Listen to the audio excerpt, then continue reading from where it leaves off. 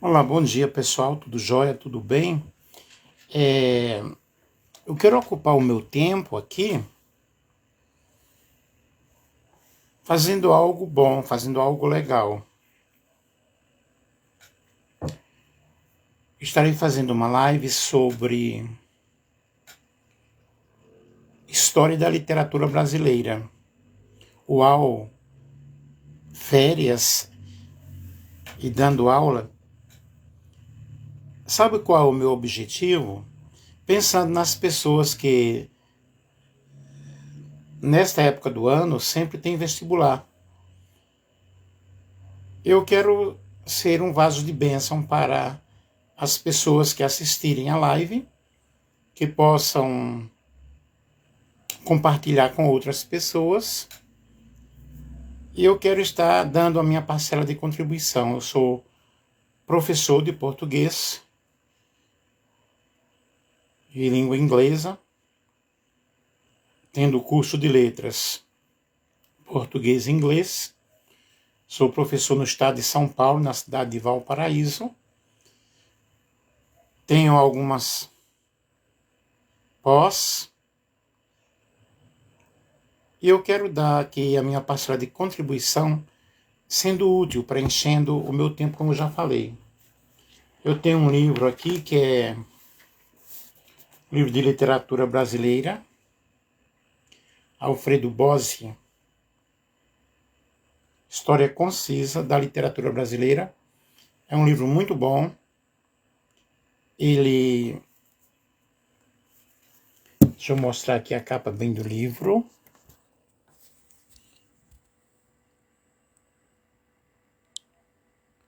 Ó, Alfredo Bozzi.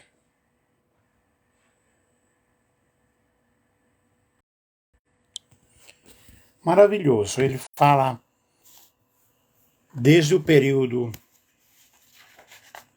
colonial, barroco, arcádia, romantismo, realismo, simbolismo, pré-modernismo, modernismo e tendências contemporâneas. Quem puder adquirir, dá uma estudada aí. É maravilhoso, especial. Amo literatura, eu gosto muito de literatura. E, por sinal, escrevi um livro de poesias, é O Silêncio do Poeta. Eu quero falar sobre história da literatura. Gente, a literatura brasileira, ela alcança diversos movimentos, diversas escolas literárias. Nós, ao estudarmos determinadas épocas literárias, nós vamos conhecendo as formas de expressão e os estilos individuais e também estilos de época de cada escritor. Torna-se até difícil você mostrar, você esclarecer ou estabelecer uma data em que começa um e termina outro, porque estão ligados. O estilo individual é o estilo de cada pessoa, como cada pessoa escreve, aquilo que ele gosta, aquilo que ele expressa através da escrita. E o estilo literário, ou estilos literários, são as escolas literárias com suas conotações, com suas explicações, e são diversos tempos cronológicos que estabelecem os marcos de início de cada período literário. Porém, como eu já falei, esses períodos, esses estilos literários estão bem interligados. Mas, antes de entrarmos, o que é literatura na realidade? Qual é o conceito de literatura? A literatura é a arte produzida através das palavras. Ela estabelece diversas funções.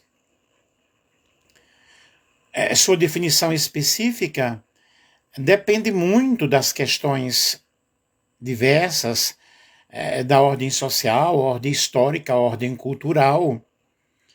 E a literatura ela está presente em todas as civilizações, das mais antigas tribos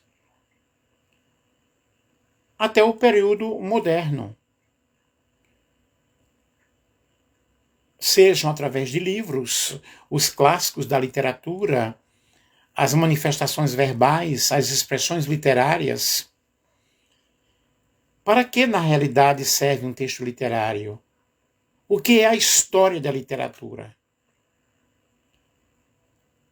A definição mais antiga que nós podemos falar aqui é aquela definição construída por Aristóteles.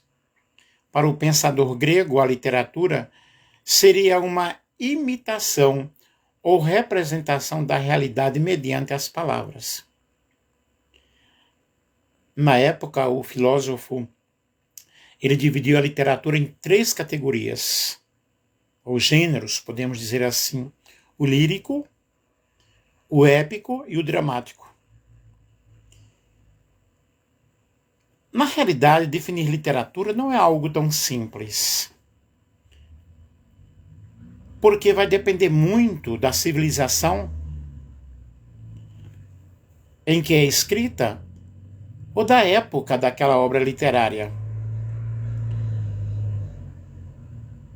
Mas, no entanto, literatura é toda manifestação de linguagem que tem como uma das finalidades a expressão estética, ou seja, a literatura ela é um discurso que não pretende apenas comunicar alguma coisa, mas trazer prazer, trazer emoção, envolver a pessoa em um nível de uma sensibilidade maravilhosa e algo humanamente muito profundo. A literatura não tem uma função absoluta e definitiva. Cada leitor ele vai ter a sua visão, vai ter o seu relacionamento através da leitura, através da codificação, através da interpretação do texto literário. Não há, portanto, como dizer qual é, na realidade, a função específica da literatura.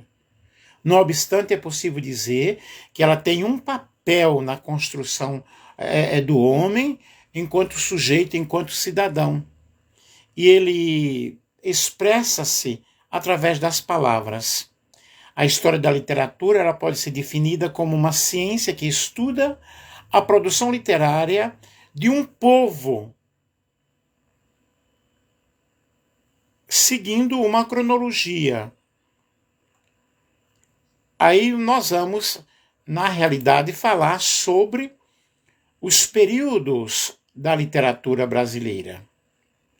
A literatura brasileira, ela tem a sua origem dividida em 2 grandes épocas, em 2 grandes eras, que acompanham a evolução política, a evolução econômica do nosso país. Nós temos a era colonial e a era nacional, que são separadas através de uma transição ou uma emancipação política do Brasil. Aí nós temos na era colonial, quando nós temos o quinhentismo, de 1500, ano do descobrimento, a 1601. O seiscentismo ou barroco, de 1601 a 1768. E o seiscentismo ou arcadismo, de 1768 a 1836.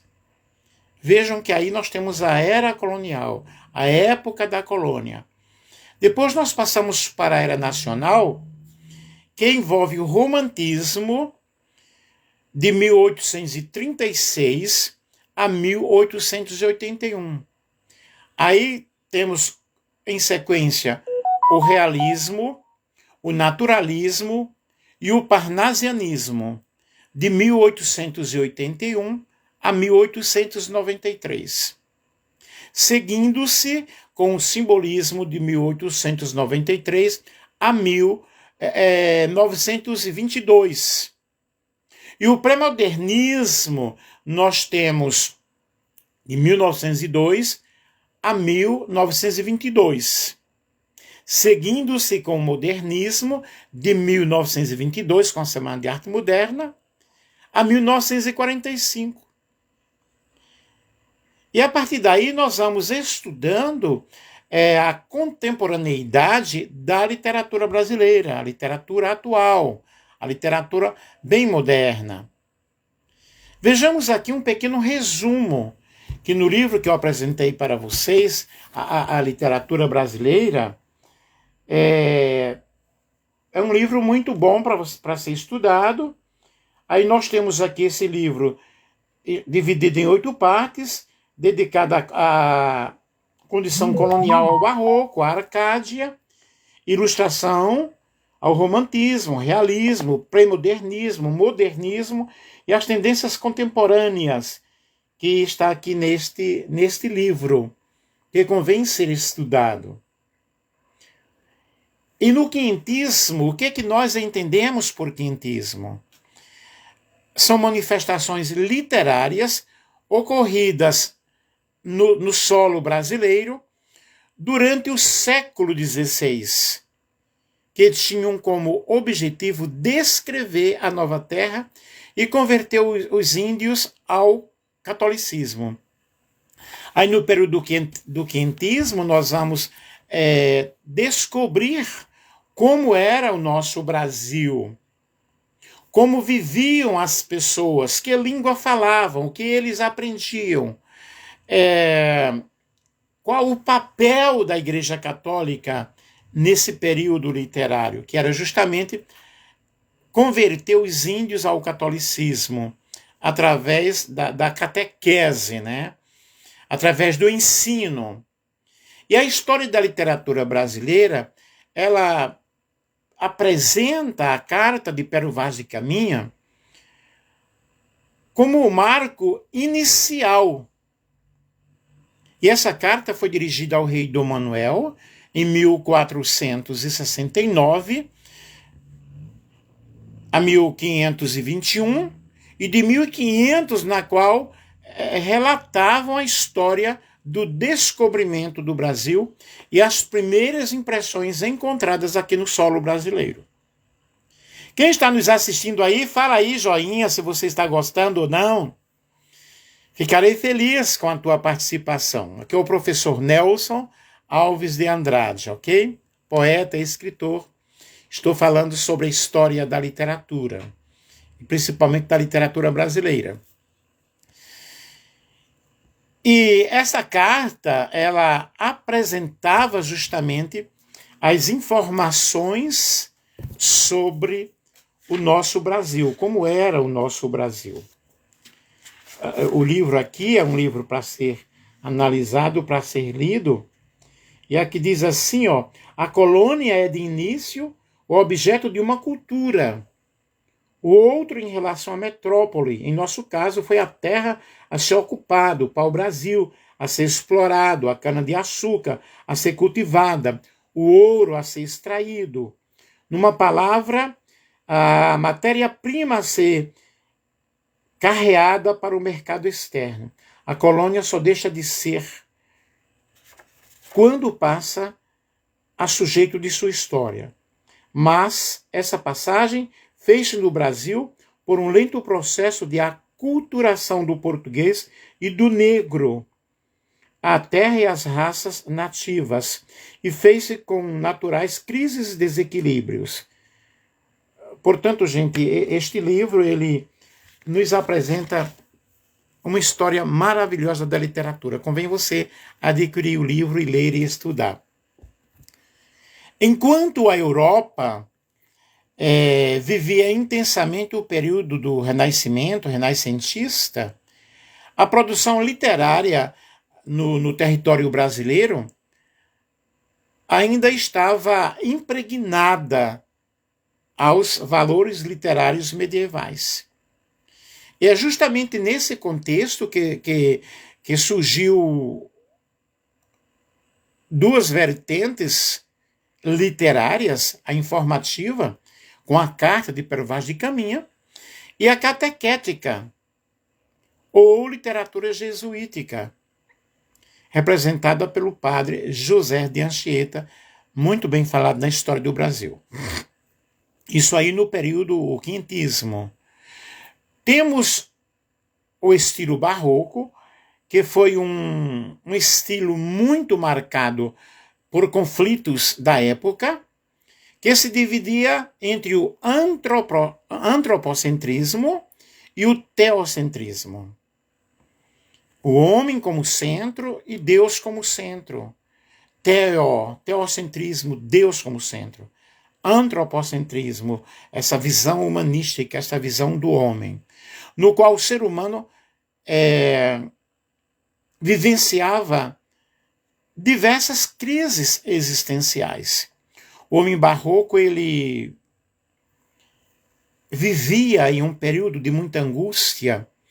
O avanço do racionalismo, da burguesia, isso refletiu muito na construção da literatura, das obras artísticas que acompanhavam esse movimento. Havia essa angústia, esse desejo, essa fuga e um grande subjetivismo. No período barroco, nós podemos perceber que não havia no Brasil colônia, todos os elementos de um sistema literário. Porém, nós vamos observar autores isolados que viviam em Salvador e em Recife, já que a vida econômica da colônia era bem desenvolvida no Nordeste brasileiro. O marco do barroco brasileiro foi justamente o poema épico, né? A prosopopeia de Bento Teixeira, escrito em 1601. E além desse autor, nós temos outros destaques, Padre Antônio Vieira, e nós temos Gregório de Matos. Eu estou apenas dando um pequeno resumo, mostrando algumas situações da nossa literatura brasileira. Super importante para aqueles que vão prestar vestibular, vão estudar, né? E aí, nesse barroco, nesse espírito barroquista, nós vemos uma literatura totalmente engajada nas suas oposições. Deixa eu ver aqui alguma coisa neste livro. E seja qual for a interpretação que se der ao barroco, é sempre útil refletir sobre a sua situação de estilo pós-renascentista e nos países germânicos pós-reformistas. A Renascença, fruto maduro da cultura urbana em alguns centros italianos desde o princípio do século XVI, foi assumindo a configuração ou configurações especiais à medida que penetrava em nações ainda marcada por uma poderosa presença do estilo medieval. E no caso português e espanhol, os descobrimentos marítimos eles levaram ao ápice uma concepção triunfalista e messiânica da coroa e da nobreza rural e mercantil. Há concepções mais profundas, há ideais mais profundos. Aí o estilo barroco ele se enraizou com muito vigor e resistiu mais tempo nas esferas da Europa neolatina, que sofreram o impacto vitorioso dos novos estados mercantis. E aqui é na estufa da nobreza do clero espanhol, português e romano que se incuba a maneira barroco-jesuítica. Trata-se de um mundo já em defensiva, organicamente preso à Contra-Reforma e ao Império Filipino, e em luta com as áreas liberais do protestantismo e do racionalismo crescente na Inglaterra, na Holanda e na França. Então nós vemos aí, pessoal, esse estilo barroco bem nítido. E durante o barroco, que ainda não havia no Brasil todos os elementos literários, como nós já falamos aí, e há esse grande desenvolvimento no Nordeste. Esses grandes nomes, né? Bento Teixeira principalmente. Depois do barroco nós temos o arcadismo. No Brasil, os poetas árcades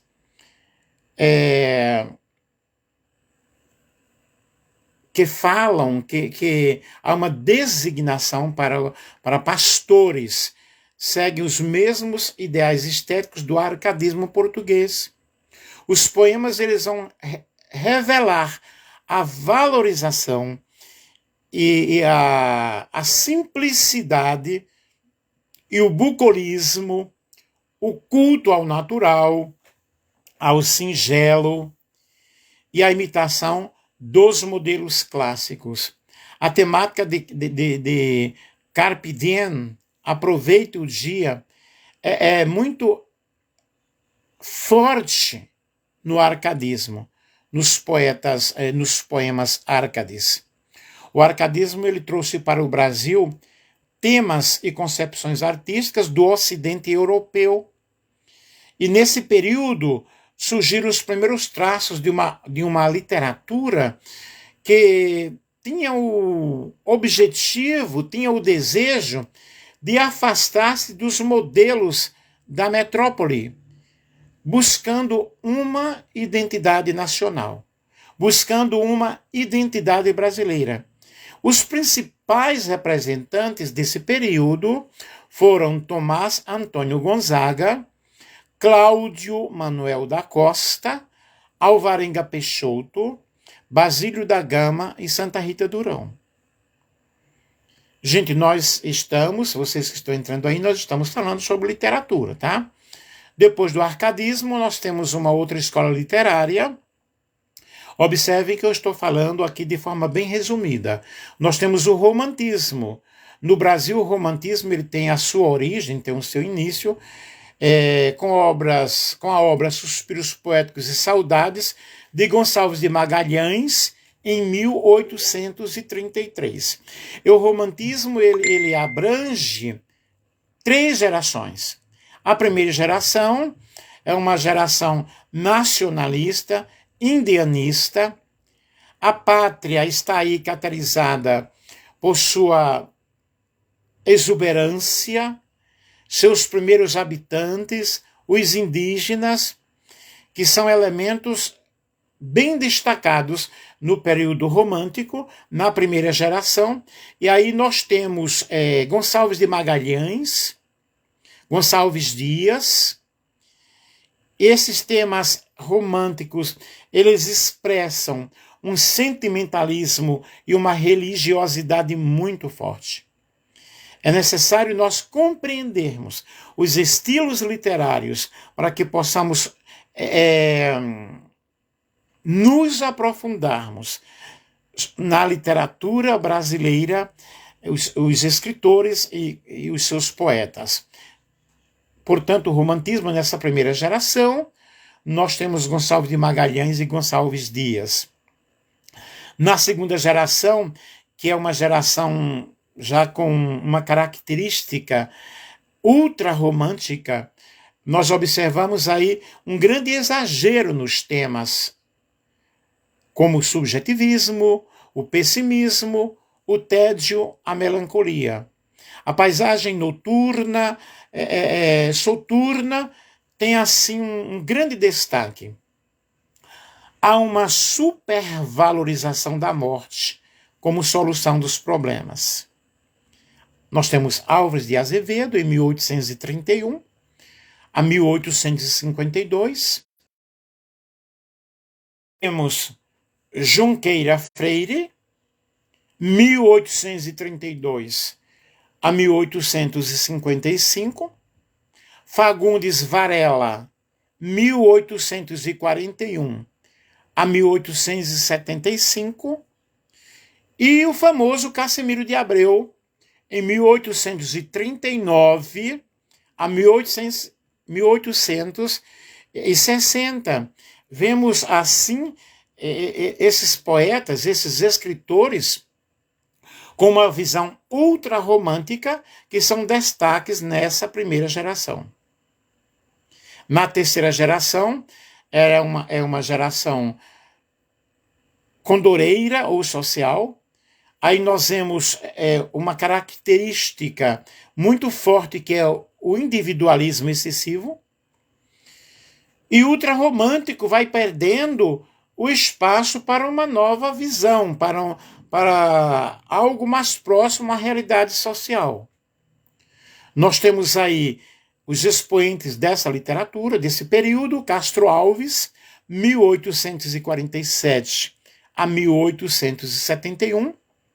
Temos Tobias Barreto, em 1839 a 1889, e Souza Andrade, em 1833 a 1902, que são grandes representantes dessa terceira geração. Seguindo-se aos estilos literários ou estilos de época, aí nós temos o realismo e naturalismo. O realismo e naturalismo no Brasil apresentam como marco inicial o ano de 1881, com a publicação de duas obras.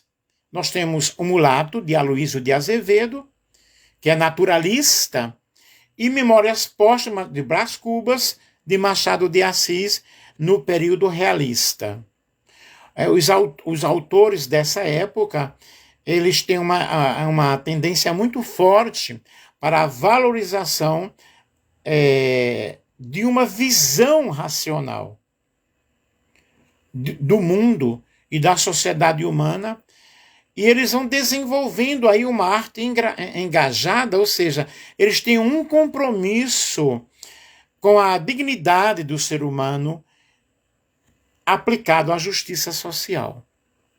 A intenção, na realidade, é implementada através de denúncias sociais, que eles fazem através de suas obras literárias, dos chamados crimes sociais cometidos nas instituições oficiais da época, ou de grupos alojados no poder político, econômico, e mesmo ações de indivíduos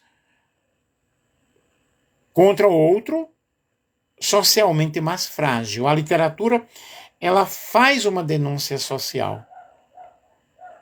Sabemos que todo o período literário, ele está baseado em algo real. Ainda que a obra literária seja uma obra ficcionista, nós podemos observar que a literatura, ela busca uma forma de denunciar algo através dos romances, através dos filmes, através das poesias. O naturalismo é uma complementação do realismo, pois nele nós observamos o determinismo, em que se afirma que a obra da arte seria determinada por três fatores importantes. Nós temos aí o meio, o momento e a raça. E ainda nós vemos a implementação do cientificismo, que vai aparecendo com a sua grande influência dentro da literatura. Os principais representantes dessa escola, desse período: Machado de Assis e Aloysio de Azevedo, Raul Pompeia e Adolfo Caminha, Júlio Ribeiro Inglês de Souza. Depois do naturalismo, qual a escola que vem? Nós temos o parnasianismo. parnasianismo ele teve a sua origem na França, representando através da sua poesia um ideal estético da arte pela arte e o retorno à orientação clássica que buscava o equilíbrio e a perfeição formal. No Brasil nós temos vários poetas e escritores parnasianos e o parnasianismo ele teve uma forte influência no meio artístico e os seus poetas eles tiveram um grande sucesso. O marco inicial foi a publicação da obra Fanfarras, em 1882, com poemas de Teófilo Dias, 1854 a 1859. Aí nós temos Arthur de Oliveira, em 1851 a 1882. E o movimento ele vai dando uma expressão muito grande, vai tendo um prestígio muito grande. Aí nós vemos as obras de Raimundo Correia, 1859 a 1911.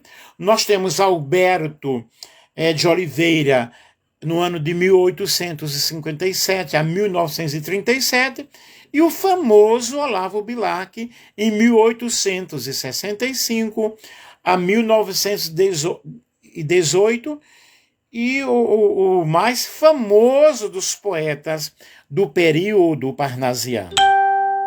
Ô Joaquim, eu estou falando sobre literatura. Depois do parnasianismo, nós temos o simbolismo, que vai negando o cientificismo, a objetividade e o descritivismo dos parnasianos. E os poetas simbolistas, eles procuravam o nebuloso, o vago, né? Eles voavam nas nuvens. Gente, eu amo falar sobre literatura. O marco inicial no Brasil é 1893, com a publicação das obras Missal e Broquéis, do poeta Cruz de Souza. É uma forma assim, muito utilizada nos poetas parnasianos, foi o poema. Com uma diferença, diferentemente do simbolismo português, que vai alcançando destaque nas letras e incentivou a primeira geração moderna. A estética do simbolismo brasileiro, ela tem uma forte rejeição por aqueles que admiravam o parnasianismo, em especial Olavo Bilac. Os grandes expoentes desse período, nós temos Cruz de Souza, em 1861 a 1898, e Afonso Guimarães, em 1870 a 1921. Temos o pré-modernismo. Esse pré-modernismo é o período que vai compreendendo duas décadas importantíssimas no século XX, que vai valorizando, acima de tudo, a discussão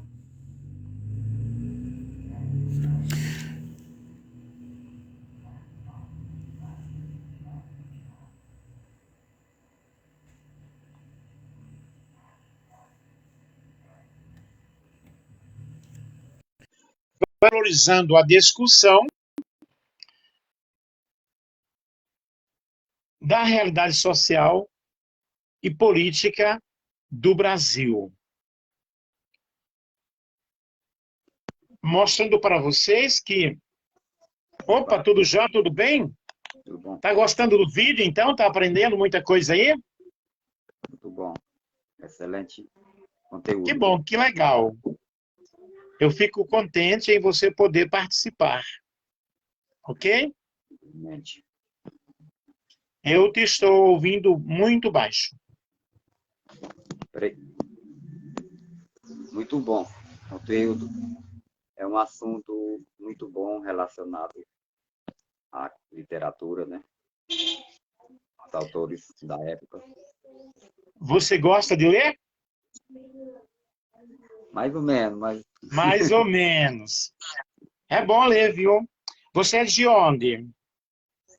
Piracuruca, Piauí. Ai, que bom. Eu sou de Recife, né? Eu sou nordestino, porém moro em São Paulo, na cidade de Valparaíso, São Paulo.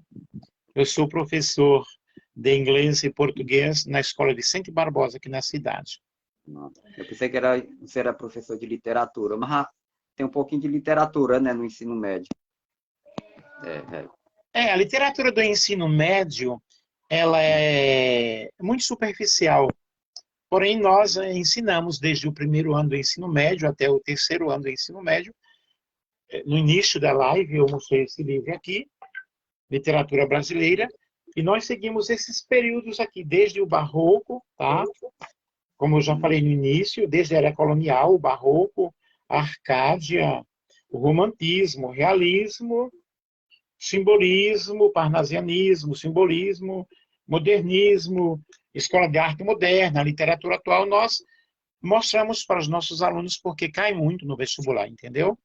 Então, como eu estava falando sobre o pré-modernismo, que é um período literário muito forte no Brasil, aí nós temos, mas antes disso, nós temos a Escola de Arte Moderna, que ela aconteceu na cidade de São Paulo, preparando justamente o povo para enfrentar um período literário, porque o pessoal queria realmente detonar com algumas situações do passado, da era clássica, e ter um engajamento de uma literatura moderna. E a Semana de Arte Moderna, ela aconteceu justamente em São Paulo, com uma forma assim de exploração da literatura nacional.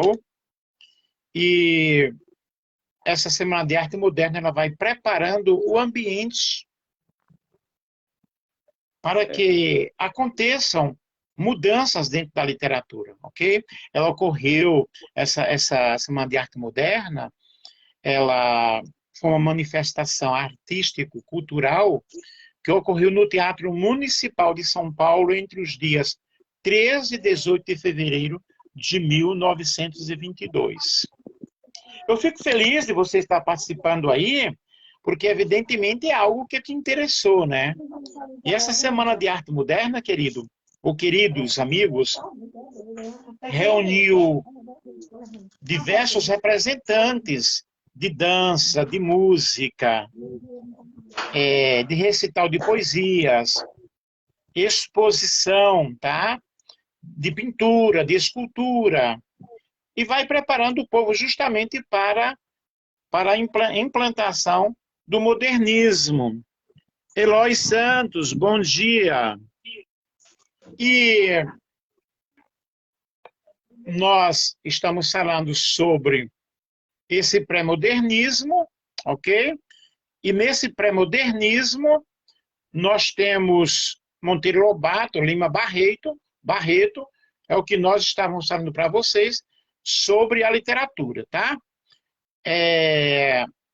Dificilmente, ou didaticamente, pauta-se por critérios cronológicos.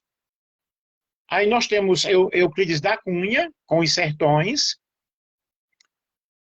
Canaã de Graça Aranha, e nós temos aí 1922, ano da realização da Semana da Arte Moderna, em São Paulo, que é um período que conta com grande diversidade de escritores e autores, que eu terminei de falar para vocês aí. Durante esses períodos aí, né, nós temos as tendências. Cristiano Góes, vá aprendendo aí sobre literatura, meu querido. Nós temos essas tendências, né, conservadoras, uma postura conservadora, que é aquela em que ainda há traços positivistas e deterministas que fundamentaram o realismo e seus desdobramentos, que foram naturalismo, simbolismo e parnasianismo. Aí nessa postura renovadora, que vai acontecendo justamente com Graça Aranha, Euclides da Cunha, Lima Barreto, Monteiro Lobato, Augusto dos Anjos, aí nós vemos aí o modernismo.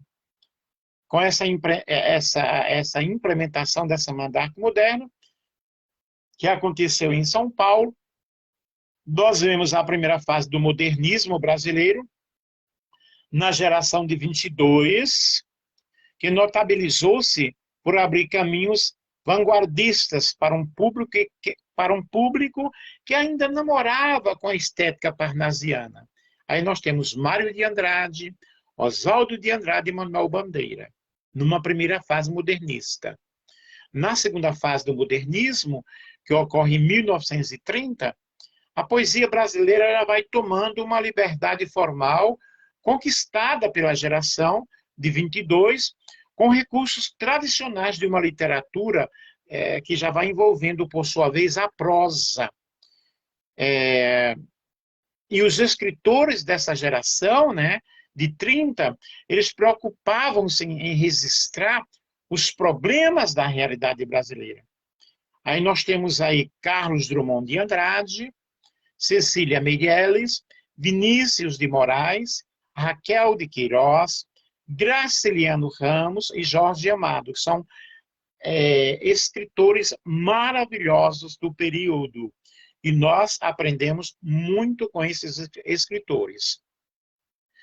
E, diferentemente do espírito presente na primeira fase, aí nós temos essa segunda fase, entrando já para uma terceira fase, que é uma geração de 1945. Os autores eles vão tomando uma atitude mais formal nas suas produções, indo em contramão à liberdade desenvolvida nas gerações modernistas anteriores. E uma característica dessa fase, na realidade, são os contos fantásticos, são as inovações na linguagem, o uso da função metalinguística, é a produção de uma literatura experimental, o uso das temáticas sociais e humanas bem presentes na literatura, tais quais o regionalismo. Um regionalismo universal que tem como destaque uma literatura muito objetiva. Aí nós temos Clarice Lispector, Guimarães Rosa e João Cabral de Melo Neto. São essas pessoas que dão um caráter muito forte à literatura desse período. E chegando ao final, pessoal, nós temos uma literatura brasileira contemporânea, e nessa fase do século XX, poucos movimentos literários e poéticos duradouros e organizados no Brasil. Mas no campo da poesia, aí nós temos o concretismo, o tropicalismo, que todos esses assuntos, né, que nós estamos falando aqui são assuntos estudados durante o ensino médio, o primeiro, segundo e terceiro anos do ensino médio, e nós temos essas manifestações ligadas à produção musical, à arte popular, com movimentos estéticos bem estruturados.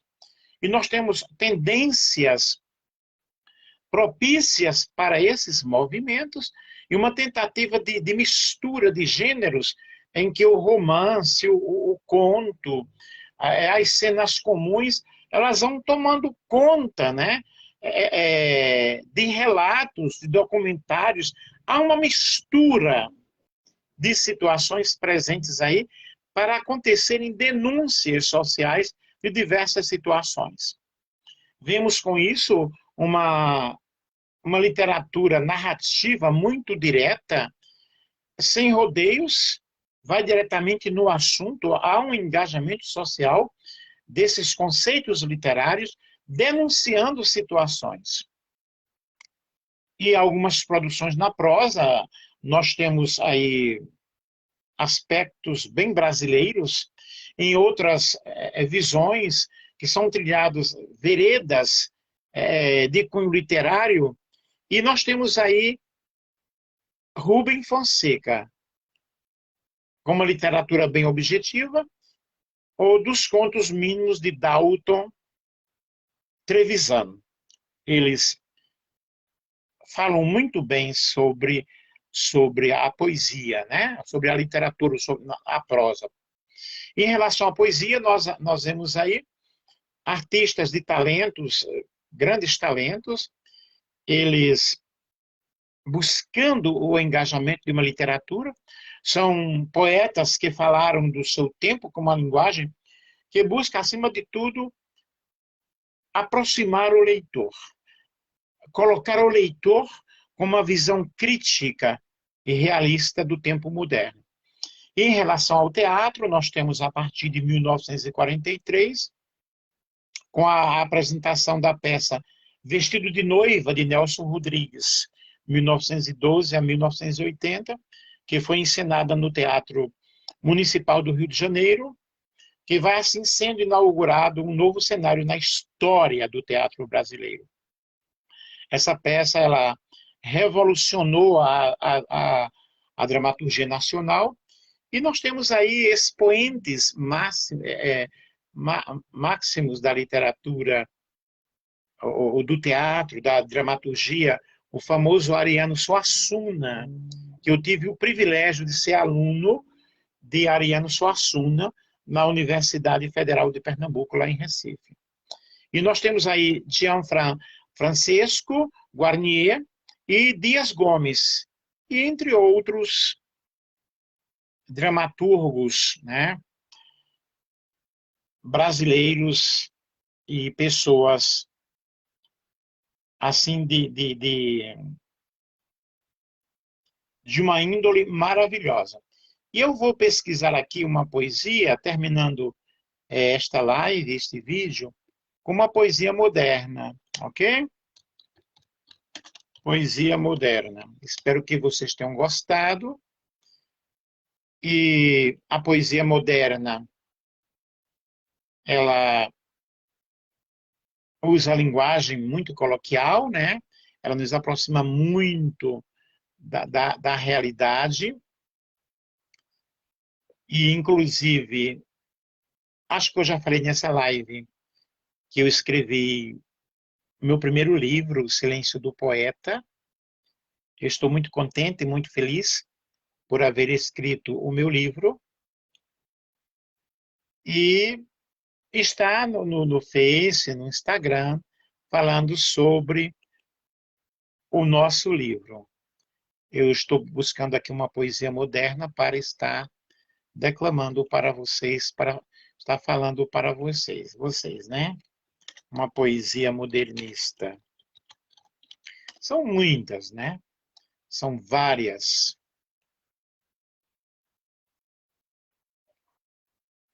O movimento modernista, ele foi muito importante, né, para a nossa literatura. E aqui nós temos Poética, em 1922, estou farto do lirismo comedido, do lirismo bem comportado, do lirismo funcionário público com livros de ponto, expediente, protocolo e manifestações de apreço ao senhor diretor. Estou farto do lirismo que para e vai averiguar no dicionário o cunho vernáculo de um vocábulo. Abaixo os puristas, todas as palavras sobre tudo, os barbarismos universais, todas as construções, sobretudo as sintaxes de exceção, todos os ritmos, sobretudo os inumeráveis. Estou farto do lirismo namorador, político, raquítico, sifilítico, de todo o lirismo que capitula ao que quer que seja a forma de si mesmo. De resto, não é lirismo. Será contabilidade e tabela de cossenos, secretário do amante exemplar,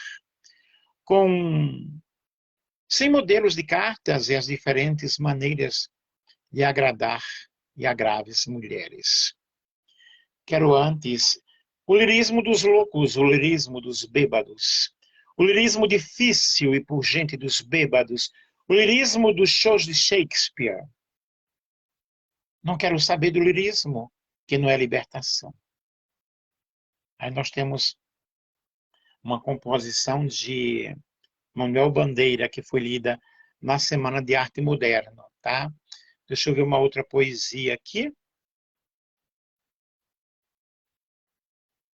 Conto de Regresso à Pátria, 1925. Minha terra tem palmeiras, onde gorjeia o mar. Os passarinhos daqui não cantam como os de lá. Minha terra tem mais rosas e quase que mais amores. Minha terra tem mais ouro, minha terra tem mais terra. Ouro, terra, amor e rosas. Eu quero tudo de lá. Não permita, Deus, que eu morra sem que eu volte para lá.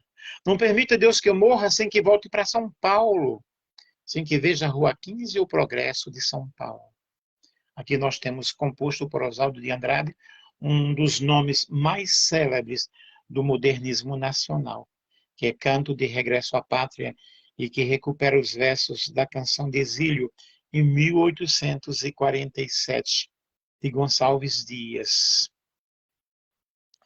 E, terminando, no meio do caminho, 1928, no meio do caminho tinha uma pedra.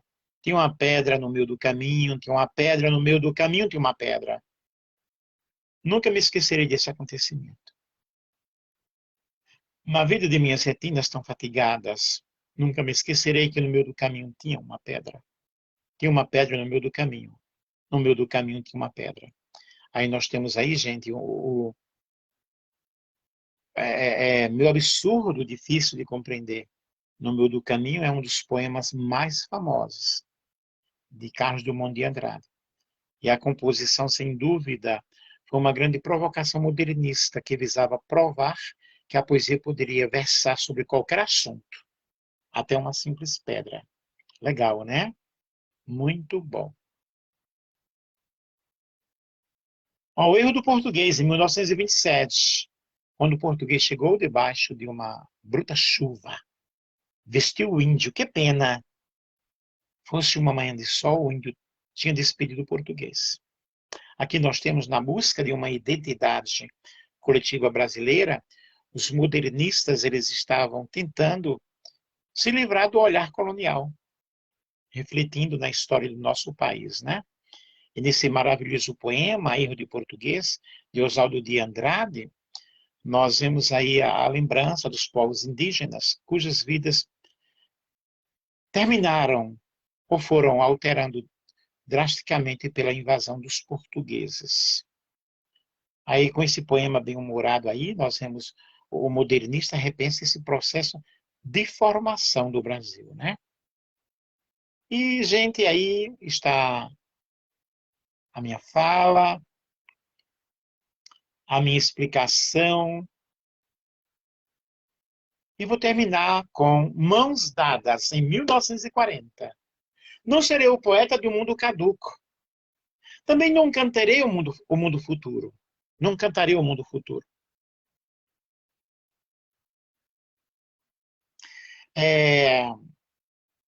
Estou preso à vida e olho os meus companheiros. Estão taciturnos, mas nutrem grandes esperanças. Entre eles, considere a enorme realidade. O presente é tão grande. Não nos afastemos. Não nos afastemos muito. Vamos de mãos dadas. Não serei o cantor de uma mulher, de uma história. Não direi suspiros ao anoitecer a paisagem vista da janela, na janela. Não distribuirei entorpecentes ou cartas de suicida. Não fugirei para ilhas, nem serei raptado por serafins. O tempo é a minha matéria. O tempo presente, os homens presentes, a vida presente. Queridos, que nós possamos, de mãos dadas, darmos importância ao momento presente. Vivamos o momento presente com muita gratidão. Beijos do professor Nelson, poeta Nelson.